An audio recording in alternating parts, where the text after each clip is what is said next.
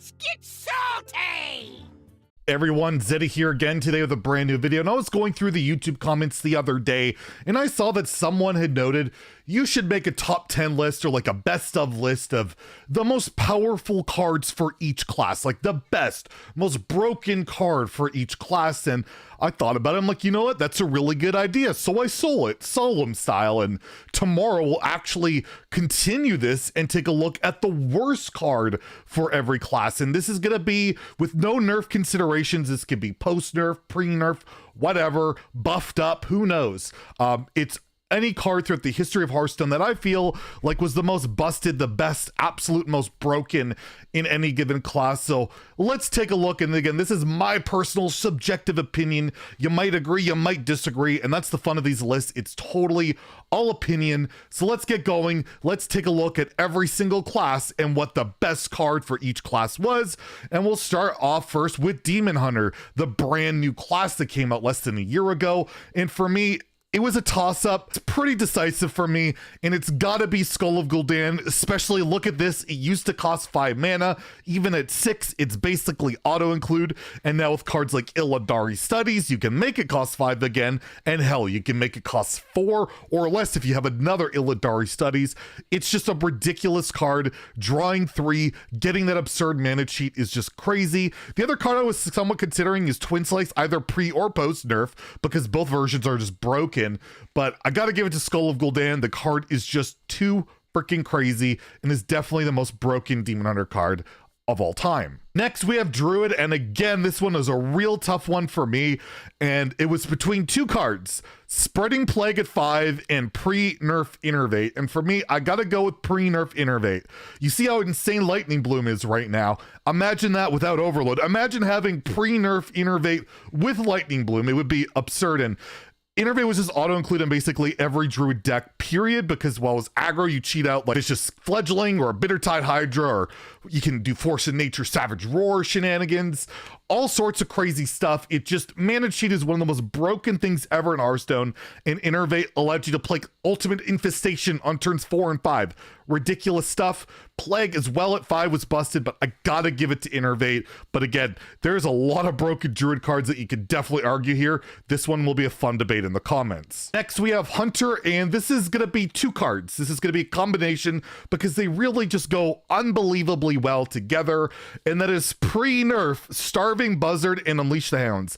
I actually never played Hearthstone where these cards were unnerfed, and looking at this, it is just terrifying. 2 mana Buzzard, 2 mana Unleash, draw your deck, push insane damage, just do ridiculous things.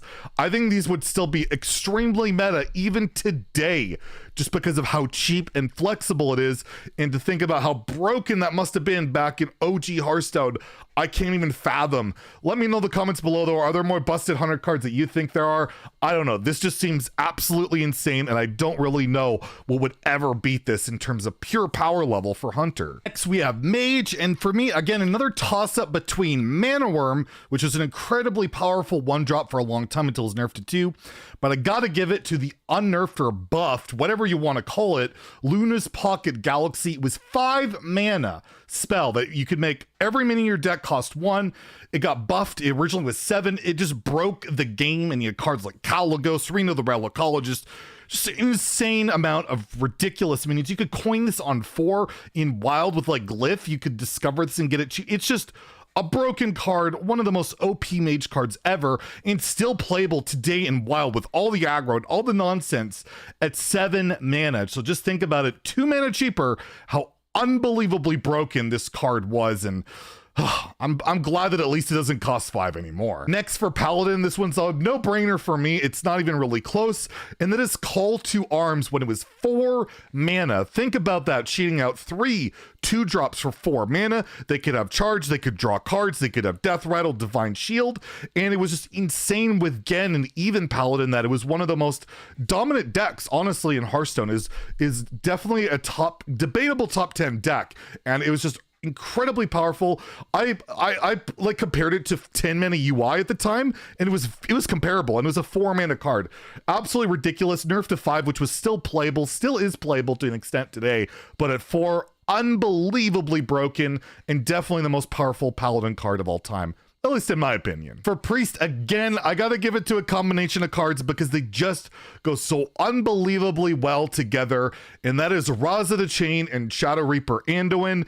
I mean, we all know Raza Anduin right now is ridiculous and wild, but basically, ever since Anduin was introduced, this combination has been tier 1 in any format it's been in, whether it be standard, wild. It's just the flexibility of a 0-mana hero power, infinite damage, and then you have cards like Spawn of Shadows, Prophet Velen, all sorts of stuff that just enables it. And now we have Lorekeeper Polkout. The combination just gets better and better and better. And just think about with all the power creep and all the cards that have been pushed out of the game, that this combination of cards is still so powerful that it's arguably the best archetype in Wild to this very day. And you just really can't go with anything else other than Shadow Reaper Anduin and Raza the Chain. For Rogue, I have to go with pre-nerf Quest Rogue, Caverns Below.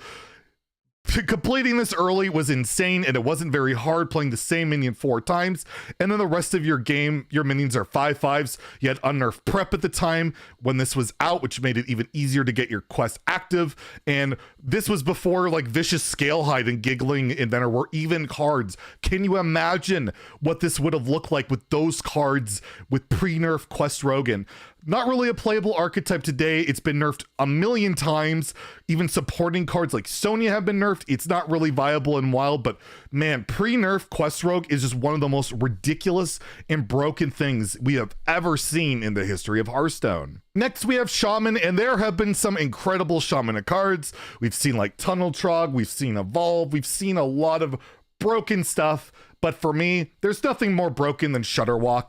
9-mana legendary, you repeat all the battle cries cast this game, and Shudderwalk basically made sure while it was in standard that Shaman was always close to tier 1, if not tier 1. You had the infinite OTK with Shudderwalk, you had Quest Shaman with Shudderwalk, you had Galakrond Shaman with Shudderwalk. It just always double dipped on insane battle cries. It literally broke the game when it came out. Toes got sent to jail basically over it. It just did absurd things. Is still a powerful card in Wild today. Being able to go infinite, get insane value, do just the most broken things, hold your opponent hostage with infinite armor like we did recently. It's just an incredibly powerful card that as more battle cries are added to the game, only gets more powerful. This card can't really get weaker until I guess it gets nerfed at some point, and will continue to get better and better as more battle cries are added to the game. Truly one of the most powerful cards ever. Next, we have Warlock, and again, we have a ton of broken Warlock cards, but for me, it's got to be the Death Knight, Blood Reaver, Gul'dan, resummoning your demons, giving you one of the best hero powers in dealing 3 damage and getting lifesteal on that. Like really good anti-fatigue, just good damage, healing, all of that, and summoning demons like Mal'Ganis or Void Lords or Doom Guards, Ustwicks now. There's so many possibilities with the card. It's been one of the most powerful Warlock cards since it's been introduced. Still incredibly good in Wild, whether it be like Reno Lock, Cube Lock, just whatever control Warlock deck you want to play that resummons demons. Just an incredibly powerful card in Warlock. Absolutely loves to play some Blood Reaver Gul'dan. And last, we have Warrior, and Warrior's got an interesting spectrum of cards to pick from, but I gotta go with the 1-mana Pirate, the 1-mana 1/3 risky skipper. He is, or she has, I'm not sure the gender, fill me in the comments below, but it has dominated the meta ever since it's come into standard, and it's an incredibly powerful card in Wild. We've seen it in Wild at Dead Man's Hand Warrior, in Odd Warrior I've seen it, ETC Warrior is a viable Wild deck, and of course in standard in ETC Warrior, Bomb Warrior, in Rage Warrior. It's just incredibly powerful. It synergizes